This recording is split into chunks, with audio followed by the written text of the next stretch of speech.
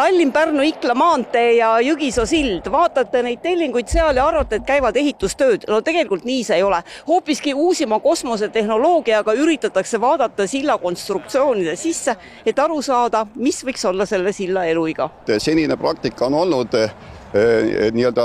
mis on põhinenud nagu eksperthinnangul, aga samas puuduvad meetodid ja teadmised vaadata sinna konstruktsioonide sisse ja hinnata siis terase ja raudbetooni seisukorda sealt seest. Kui raudbetooni sisemist seisundit ei teata, võib see viia kulukate otsusteni nagu sildade lammutamine enne nende tegeliku kasutuse lõppu. Uudse tehnoloogiaga saab aga vaadata otse sildade sisse.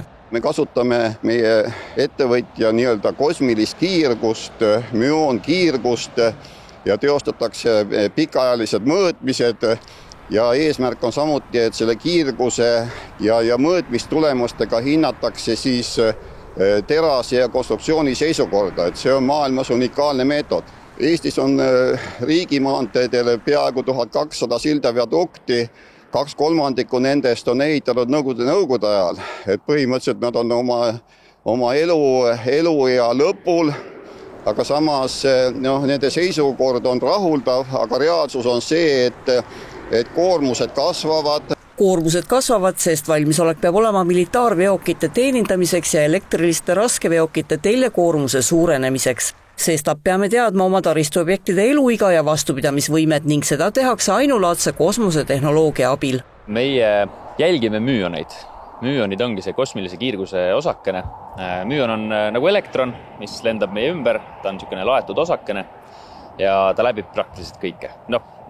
Praktiliselt see tähendab seda, et maa tuumani ta ei jõua, ta läheb umbes kilomeeter maasse ja ta läbib igasuguseid materjale ja meie kasutame siis seda fenomeni ära, et kuna ta läbib materjale, kui ta materjal läbib, siis ta natukene kas murdub või kaotab oma energiat ja me oleme siis teinud sellised skännerid, millega on võimalik neid jälgida.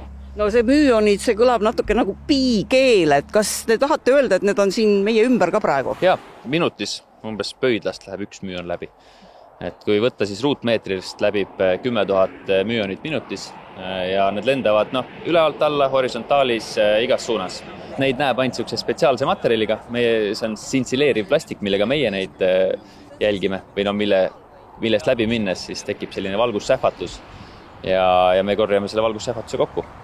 No kas te tahate öelda, et täpselt nende pisikeste osakeste abil saate nüüd vaadata selle silla konstruktsiooni sisse, mis teie selja taga on? Jah, täitsa kindlalt. Kogu tehnika on välja töötatud ja toodetud Eestis. Ühe silla uurimiseks kulub nädal ja Jõgisoolt liigutakse varsti edasi Munalaskme sillale ning siis juba Tartu maanteel paiknevate erinevate sildade juurde.